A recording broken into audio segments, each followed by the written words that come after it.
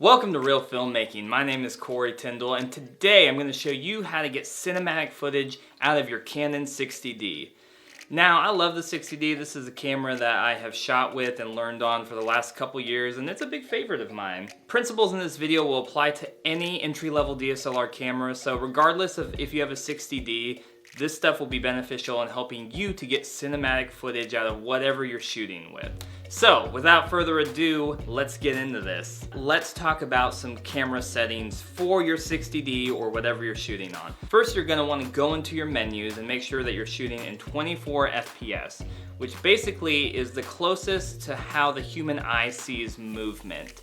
There's a lot of different reasons, but that's like the simplest reason to explain why we want to shoot in 24.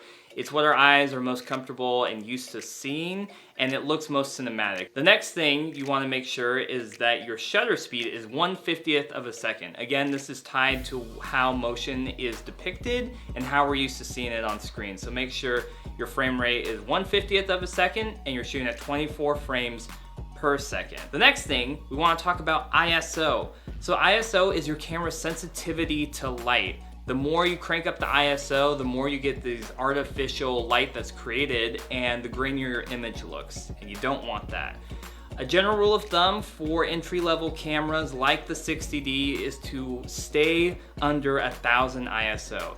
In my experience, I've seen once you start going past that, maybe 1600, like things just start to really break up and your images don't look good. Some cameras like the 60D have native ISOs, which are base ISOs that the camera performs the best at. You can Google these and people have done research and tested. I found for the Canon 60D, 160, 320, 640 to be some of the best ISOs that give me the least amount of grain and hold up regardless of the different lighting conditions I'm in. So now that we have all the settings out of the way, let's go to the third piece of the exposure triangle, which is the aperture or the f-stop. So one of the things that makes cinematic footage look cinematic is the range of depth of field that you can play with. So you're probably familiar with the whole term shallow depth of field, which is basically when you look at an image, something is really sharp in focus and everything else is blurred out. That's a common technique that people like, or people just kind of want to go for it, but they don't actually understand what shallow depth of field is used to accomplish. It looks cool, but why would you want to use that in cinematic video? The main reason that you would use it is as a tool to focus the audience's attention. When you put something into sharp focus and you have a shallow depth of field, you are telling the audience, hey, look at this thing. And so for different ways that you're telling a story, regardless of it's like a narrative film or you're doing like a documentary or a lot of the cinematic B-roll things that you see on YouTube, whatever is in focus, you're telling your audience, look at this thing. And sometimes that's really important, but other times you don't necessarily need to have everything blurred out and this thing in pin sharp focus. Examples of times when you might want to have a wider depth of field is if you're giving your audience an establishing shot and they need to see the whole range of like where a scene is taking place. You would want a wider depth of field. So remember to keep in mind, depth of field and f-stop is very important for what you want to put in focus and how to direct your audience's attention. It's all about telling a story. What visually makes sense in the story that you are telling. The next thing, which I kind of hinted at earlier, is lighting.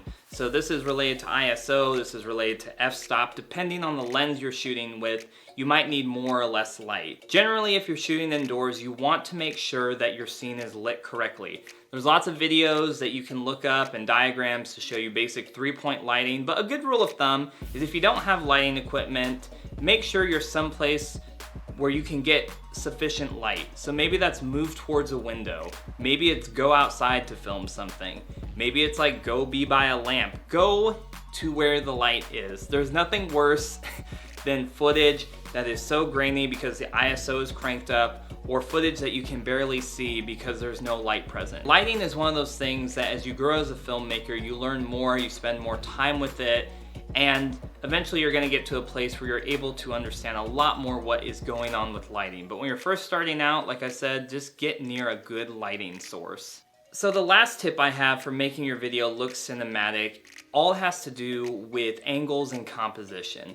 Now on the 60D, there's a setting where you can go and turn on a grid overlay, which gives you a 3x3 breakdown on your camera that helps you to visualize the rule of thirds, of putting things of interest on the intersections of those grids. As you're thinking through different angles and different composition of your frame, again, think intentionally. Why are you doing this? You know, maybe you're showing us a scene like in a kitchen or something, and we've all seen that scene thousands of times, whether it's on TV or different short films or movies or whatever. What is a way that you can give us some more interest in that scene? Maybe it's to lower the camera, maybe it's to raise the camera, maybe it's to show us something happening in a sequence that is the most important thing, maybe it's to go tighter into the shot. There's lots of things that you can do to, again, direct how your audience is experiencing your footage. And more of the thoughtfulness and time taken to think through these decisions really is what makes footage more cinematic. And that's what I want to sum up this video with. All the things I've talked about today: camera settings, lighting, aperture, composition, angles, all those different things. The thing that makes videos stand out as not basic amateur stuff where someone just whipped out a camera and like turned it on is that there is thoughtfulness and there is time taken to consider all these different factors. When you're thinking about your lighting, when you're thinking about your composition, when you're thinking about the frame rate that you're shooting in, when you're thinking about all these different things, that's what sets your work apart from someone who's a beginner. And that is how you will continue to grow as a filmmaker.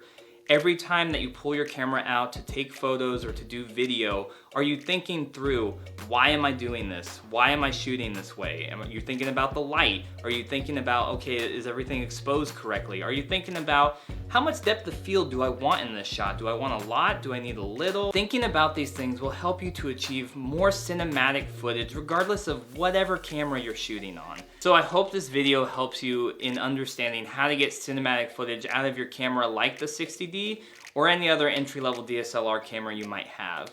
I'd love to hear your guys' thoughts about getting cinematic footage and different things that you use to get cinematic footage. So drop me some stuff in the comments. I'd love to hear what you do to get the cinematic footage, whether it's in B-roll or narrative short films or whatever. So if you found this video helpful, give it a like, subscribe to the channel for more content like this coming on a weekly basis. And until next time, keep making movies and watching movies, and I'll see you next time on Reel Filmmaking.